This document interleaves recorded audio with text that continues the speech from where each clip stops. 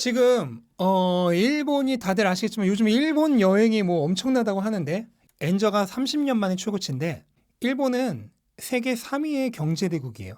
세계 3위의 경제대국인데 이런 일본의 경제가 무너지거나 뭔가 큰 문제가 생기거나 하면은 세계 경제에 미치는 여파가 어느 정도일지 상상하기 힘듭니다. 얼마 전 다들 아시겠지만 영국이 난리 났었죠. 파운드화 가치가 급감하면서 시장 개입까지 해서 양적 긴축을 해야 할 판에 양적 완화를 해버렸잖아요.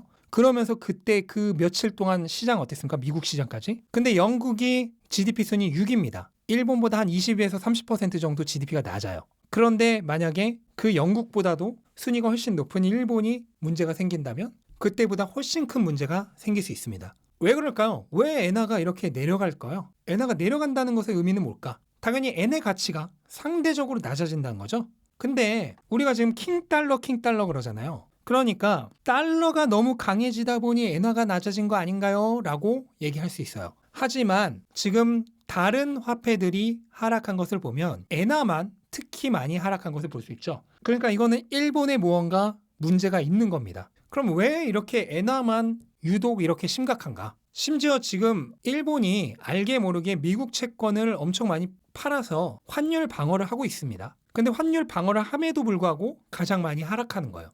일본이 지금 미국의 최대 채권국이죠. 여기에 모든 답이 다 있습니다. 지금 모든 나라들이 빅스텝이니 자이언트 스텝이니 난리가 났죠. 그런데 일본만 동결을 때렸어요. 심지어 6시간 전, 지금 한 9시간 전 정도 됐겠네. 오늘도 단기금리 마이너스 0.1%로 또 동결을 시켰습니다. 오늘도. 그리고 지금 유럽조차도 그렇게 금리 안 올린다고 하는 일본과 마찬가지로 마이너스 금리를 계속하던 유럽조차도 지금 2회 연속 자이언트 스텝을 했습니다. 그런데 일본만 금리가 계속 동결이에요. 근데 이게 지금 오늘 내일의 일이 아닙니다. 지금 보시면 이게 일본의 5년치 금리입니다. 신박점지. 10년으로 보면 2016년부터 이전에도 제로금리예요. 지금 이게 뭐 폭락한 것 같지만 마이너스 0.1%인 거고 전에도 제로금리입니다. 25년으로 볼까? 2010년, 11년부터 제로금리입니다. 생각해보세요. 다른 나라들은 지금 화폐를 시장에서 계속 흡수하고 있어요. 긴축 전체 양적 긴축하고 금리 올리고 있어요. 유동성을 흡수하고 있죠. 그러면 화폐 가치는 시장의 유통량이 줄어드니까 오르겠죠. 지금 그게 킹달러의 영향 아닙니까? 원인 아닙니까? 반면 일본은 마이너스 금리이기 때문에 실질적으로 지금 방출하고 있는 거예요. 방출하고 있는 거. 화폐를. 그러면 화폐가 시장에 방출되면 어떻게 돼요? 화폐 가치는 낮아지죠. 따라서 상대적으로 낮은 환율이 유지가 되는 겁니다. 화폐 가치가 하락하기 때문에. 그렇다면 여기서 이제 의문이 생겨야 돼요. 얘네는 대체 왜 이러는 걸까? 지금 난리가 났는데 대체 왜 일본만 이러는 걸까? 이거를 알기 위해서는 우선은 일본의 경기 상황 그리고 그 유명한 잃어버린 몇십 년, 누구는 10년이라고 하고 누구는 20년이라고 하고 누구는 30년이라고 하는데 하여간 이 잃어버린 몇십 년 요게 그 기본 발단입니다. 여기서부터 시작된 거예요. 다들 아시다시피 1980년대까지 일본이 어마어마하게 발전했죠. 일본이 너무 잘 나갔죠. 일본 차 토요타 최고, 소니 전자제품 소니 최고. 이러다 보니까 미국이 일본 상대로 엄청난 무역 적자를 맞습니다. 그래서 이런 일본, 독일 같은 몇몇 무역 흑자국들을 플라자 호텔로 불러서 그 유명한 플라자 합의란 걸 해버려요. 이게 1985년이죠. 5년에 일어났던 일입니다. 그래서 엔화의 가치를 그냥 절상시켜버립니다. 엔화 가치를 올려버려요. 그러면 어떤 일이 일어나냐? 어제까지는 1,000만 원짜리였던 일본 차가 1,200만 원이 돼요. 엔화 가치가 절상됐으니까. 그럼 누가 사? 안 살 거 아니야? 수출 경쟁력이 떨어집니다. 그러면 경기 침체가 예상되죠. 그래서 일본 중앙은행이 이 플라자 합의를 할 때만 하더라도 금리가 5%였는데 이거를 2년 만에 2.5%까지 반토막 내버려요. 그러면 뭔 일이 일어나겠습니까? 그러면 뭐하러? 비투하러 가자가 되는 겁니다. 금리를 반토막을 내버렸어요. 개인과 기업이 돈을 왕창 빌려서 기업은 투자를 하고 개인은 부동산을 사고 주식을 삽니다. 그래서 주식과 부동산이 폭등을 해요. 주식 부동산이 폭등을 해요. 그러면 담보 가치가 상승하죠? 더 빌립니다. 더 빌리면 어떻게 돼요? 더 사겠죠? 더 상승합니다. 더 빌립니다. 더 사겠죠? 더 상승합니다. 더 빌립니다. 그래서 이 니케이가 1985년 그러니까 플라자 합의할 때죠. 요때 뭐 12,000, 11,000 이랬는데 거의 4만까지 올라갑니다. 5년 만에. 그러니까 3, 4배가 올라간 거예요. 주식이랑 부동산이 몇 년 만에 가격이 3, 4배가 상승합니다. 그러다 보니까 일본이 야 이거는 거품이 진짜 너무 심해진다. 그러니까 아까 제가 GDP 말씀드렸죠. 실질적인 부가 늘어나야 그 사회의 부가 늘어난 건데 실질적인 부는 늘어나지 않았는데 돈만 빌려서 계속 투자해서 시중에 돈이 많아져서 인플레이션에 의해서 가치가 올라간 거예요. 그러면 자산 가치가 올라갔으니까 담보 능력이 상승하잖아? 돈을 더 빌려. 그걸로 또 사람들이 다 투자하니까 자산 가격이 또 올라가. 그럼 내 자산 가치가 올라가니까 담보 능력이 올라가잖아? 또 빌려.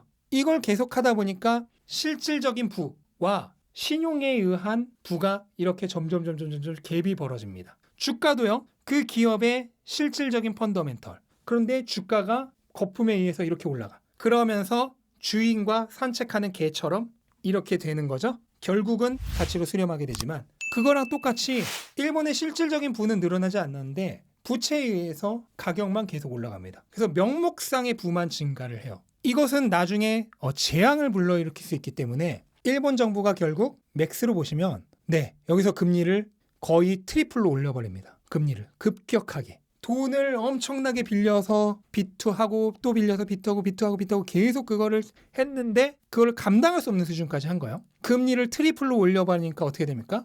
갑자기 경색이 된 거죠. 신용 경색이. 그러면서 부동산과 주식에서 사람들이 돈을 뺍니다. 그리고 빚을 갚겠죠? 가격이 떨어집니다. 가격이 떨어지면 나의 담보 능력이 줄어들죠? 담보 능력이 줄어드니까 또 팝니다. 또 파니까 자산이 또 가격이 내려가겠죠? 담보 능력이 또 줄어듭니다. 담보 능력이 또 줄어드니까 어떻게 돼요? 또 팔아야겠죠? 사람들이 다 팝니다. 자산 가격이 하락하겠죠? 담보 능력이 또 줍니다. 이러면서 그 유명한 버블 경제의 붕괴가 온 거예요. 그래서 여기서부터 데스 스파이럴이라고 하는 죽음의 소용돌이가 펼쳐집니다. 일본은 죽음의 소용돌이를 넘어서 지옥의 소용돌이가 펼쳐져요. 기업들은 부채가 엄청나게 많아요. 그럼 투자를 안 하겠죠? 부채 감소에만 집중합니다. 그러면 가게는 어떨까요? 가게는 자산 가격의 폭락으로 가게도 소비도 안 하고 투자도 안 하게 됩니다. 은행은 어떻게 될까요? 대규모 미회수 부채가 생기겠죠. 그러면 뭘 해요? 대출을 더 할까요? 덜 할까요? 대규모 미회수 부채가 생겼는데 대출을 안 하겠죠? 기업도 돈을 안 써. 가게도 돈을 안 써. 은행도 돈을 안 써. 아무도 돈을 안 써. 사회 전체에 돈이 안 돌아요. 뭐가 일어납니까? 자, 여기서 뭐가 일어난다. 맞춰보자. 이거를 맞추면은 근데 뭐 다 맞출 것 같은데? 디플레이션. 돈맥경화도 맞은 말입니다. 돈맥경화도. 디플레이션이 발생합니다. 제가 아까 좋은 디플레이 경우를 말씀드렸죠. 물건이 1개고 돈이 100원이 있어. 그러면 이 물건의 가격은 100원입니다. 그런데 사회 전체의 생산이 늘어요. 물건이 10개가 됐어. 돈도 늘었어. 돈도 5배가 늘어서 500원이 됐어. 하지만 물건이 더 많이 늘었기 때문에 생산품이 더 많이 늘었기 때문에 물건의 가격은 100원에서 50원으로 하락하죠. 이거는 좋은 디플레요. 근데 일본의 경우는 물건은 1개고 생산이 없어요. 늘지 않는데 돌아다니는 돈만 100원에서 50원으로 줄어든 거예요. 그럼 물건의 가격은 100원에서 50원으로 낮아지죠? 이거는 나쁜 디플레입니다. 그런데 여기서 끝이 아니라 가격이 낮아지면 사람들이 어떻게 합니까? 여러분들 오늘 100만 원인 TV가 한 달 후에 90만 원이 된다고 하면 어떻게 할 것 같아요? 그러면은 소비를 안 하겠죠? 돈도 더 이상 안 빌려요. 왜 돈을 안 빌릴까요? 이거는 좀 어려운 문제다. 이거 맞히면은 제가 하트 드리겠습니다. 뭐 다 대략 맞으신 말입니다. 용어가 조금 그렇게 할 뿐인데 정확히 얘기하면 실질 이자율이 실질 금리가 상승하기 때문입니다. 실질 금리가 상승하기 때문. 이게 뭔 말이냐면 100원을 빌렸어. 물론 정확히 4%는 아니지만 이해가 되시죠? 실질적인 이자율이 증가합니다. 디플레 환경에서는.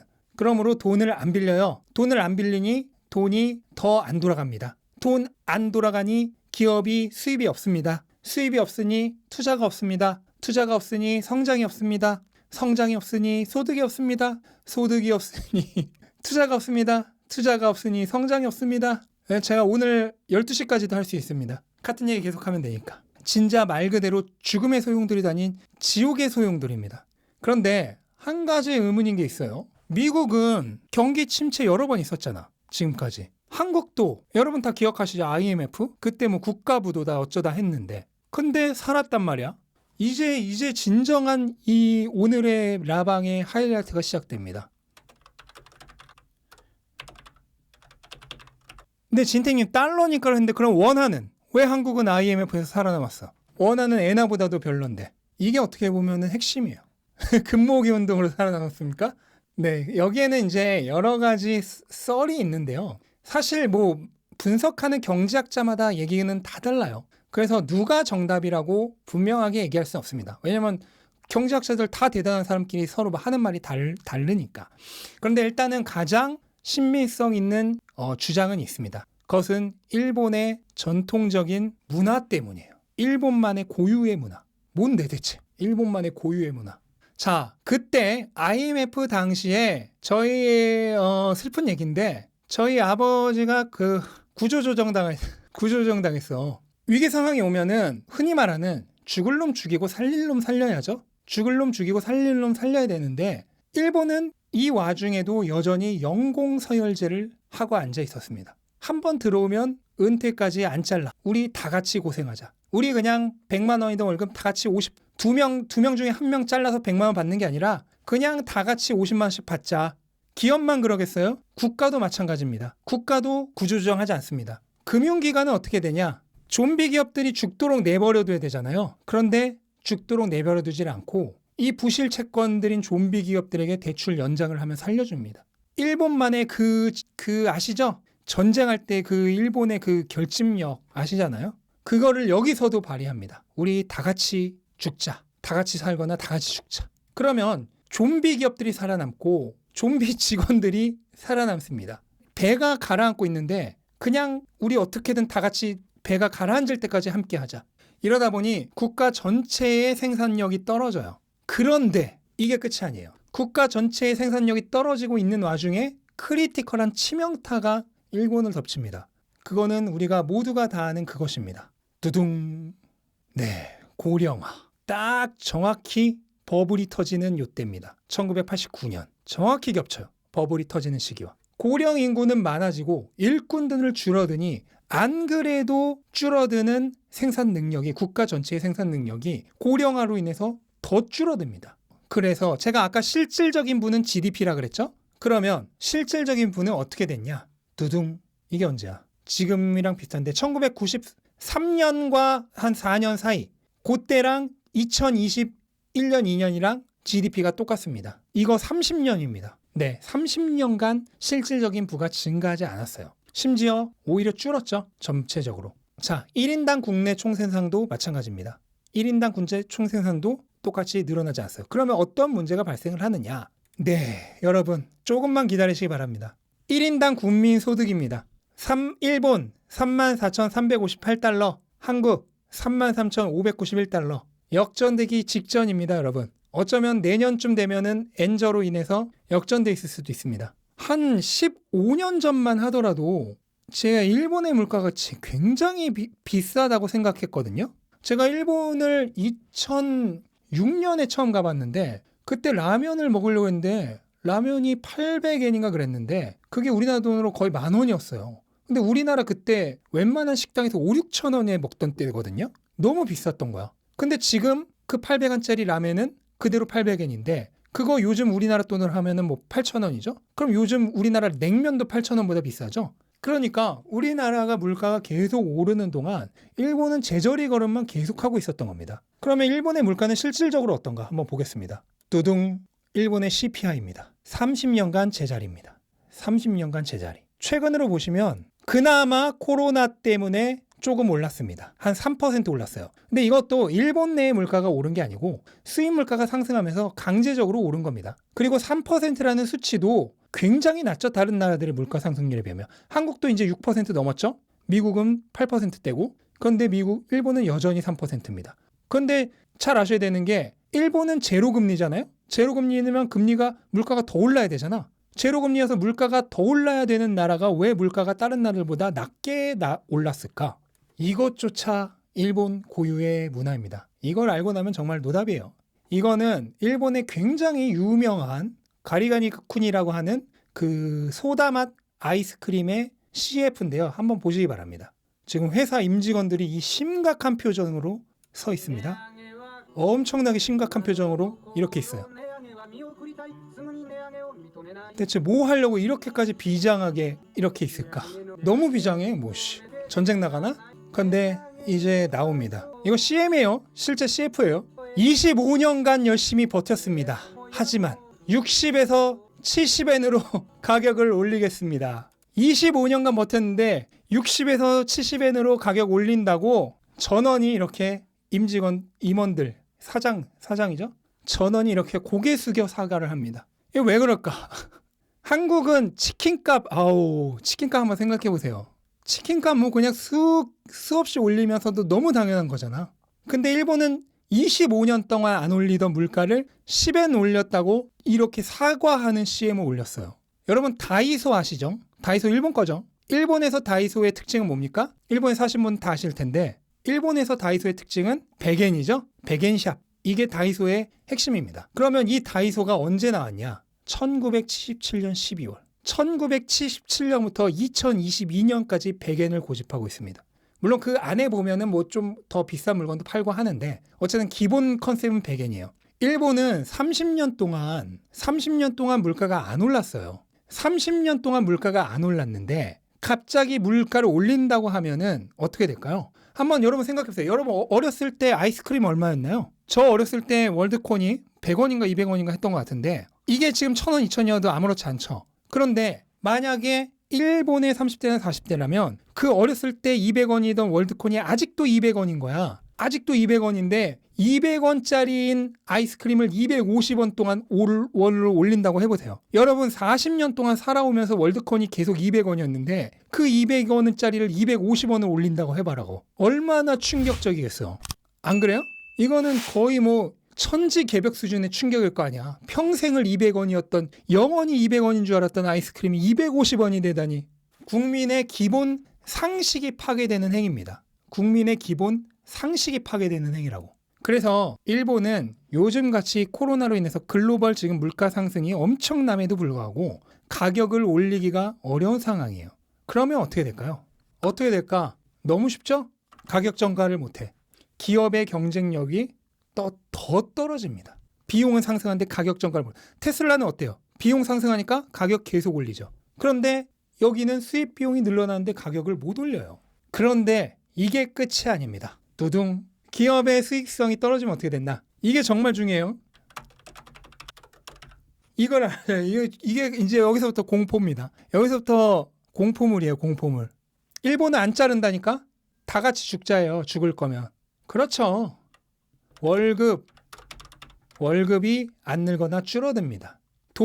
지금부터 또 시작합니다. 월급이 줄었으니 돈을 안 써. 돈을 안 쓰니 기업이 돈을 못 벌어. 기업이 돈을 못 버니 월급을 줄여. 월급을 줄였으니 돈을 안 써. 돈을 안 쓰니 기업이 돈을 못 벌어. 돈을 못 버니 월급을 줄여. 정말 지긋지긋한 지옥의 소용돌이입니다. 이거 언제 끝나? 그러면 이대로라면 이 잃어버린 몇십 년이 될지 알 수가 없는 상황이죠. 그래서 실제로 지금 일본의 부동산이 지금 물가 상승률을 보시면 2000년부터 2020년까지 다른 나라들은 이렇게 죽으라 오르는 동안 일본만 디플레이션입니다. 그리고 이거는 주택 가격의 비교인데 1990년과 2021년을 비교한 거예요. 1990년 가격 기준으로 2021년에 가격이 몇 배가 됐나를 비교한 거예요. 홍콩은 8.34배가 됐습니다. 캐나다는 2.8배, 영국은 2.38배, 그리고 독일도 1.35배, 그리고 일본은 0.7배. 0.7배란 거는 가격이 30% 다운된 거죠. 20년 동안 부동산 가격이 줄었다고. 그래서 지금 뭔 일이 벌어지고 있냐면 충격적입니다. 충격적이에요. 스리랑카에서 일본 부동산을 사려고 온답니다. 스리랑카. 여러분 지금 이러고 있을 시간이 없어요. 우리가 지금 스리랑카 사람도 일본 부동산 사려고 가고 있어요. 지금 스리랑카 사람들도 지금 일본 부동산 사려고 가고 있는데 뭐 하고 있는 거야 지금. 이런 충격적인 사실에 처하게 되는 겁니다. 오케이? 그런데 자 여기까지가 이제 일본의 디플레이션과 경제 불성장의 얘기였고 여기에 추가적으로 하나 번외편이 존재합니다. 두둥. 일본은 사실 일부러 이 짓을 하고 있다. 별별이 무엇일까? 이것까지 알면은 머리가 잘 돌아가시는 분입니다. 네, 뭐 맞습니다. 저금리 전체. 그러니까 일부러 엔저를 하고 있어요. 그런 의미도 있습니다. 이걸 왜 하고 있냐면 국제사회에서 이거용 화폐입니다. 이거용 화폐. 그나마 국제시장에서의 엔화의 수요가 이거로라도 이루어지고 있어요. 이거를 맞히면은 뛰어나죠. 대출용 화폐. 자, 너무 쉽습니다. 이걸 이해하고 나면 너무 쉬워요. 0%로 돈 빌려서 4%로 이자 받아가세요. 0%로 돈 빌리셔서 미국 채권에 투자하면 꽁으로 4% 먹습니다. 그래서 엔화는 국제사양에서 이 레버리지 용도로 수요가 굉장히 가장 많습니다. 거의 모든 통화 중에서. 그런데 금리를 올려버리면 어떻게 됩니까? 금리를 올려버리면 그 수요마저 사라집니다. 이 다음은 가보지 않은 길이에요. 아무도 몰라요. 미지의 세계입니다. 한 번도 가보지 않은 길. 자, 여러분이 일본의 정치인이고 가장 권력한 권력을 가지고 있어요. 여러분의 목숨을 걸고 한 번도 안 가본 길을 가실 겁니까? 아니면 그냥 조금씩 가라앉더라도 그냥 내 임기까지는 원래 가던 길 갈 겁니까? 여러분이 일본의 아주 중요한 금리 결정권을 가진 사람이면 뭔 길을 가겠어요? 당연히 내 임기까지는 그냥 가던 길 가자. 몰라. 다음 사람이 알아서 하겠지. 그렇기 때문에 사실상 일본이 단기간에 변화될 확률은 굉장히 적습니다. 단기간에 변화되기는 아마 쉽지 않을 거예요. 저는 그렇게 생각합니다. 실제로 어떤 일이 일어날지는 모르겠지만 여러분도 다 오늘 제가 드린 말씀을 한 번쯤 생각을 해보면서 앞으로 어떻게 될 것인가 한번 자기 나름의 사색을 하는 시간을 가져보셨으면 좋겠습니다. 꼭 자기만의 이 소화하는 시간을 거쳐야지만 내게 돼요. 그냥 듣기만 하고 흘려보내면 그냥 한 귀로 듣고 한 귀로 흘려나간 겁니다. 나만의 생각하는 시간을 거치고 나만의 결론을 내는 사색의 시간을 거쳐야지만 내게 되는 겁니다. 이게 가장 중요해요.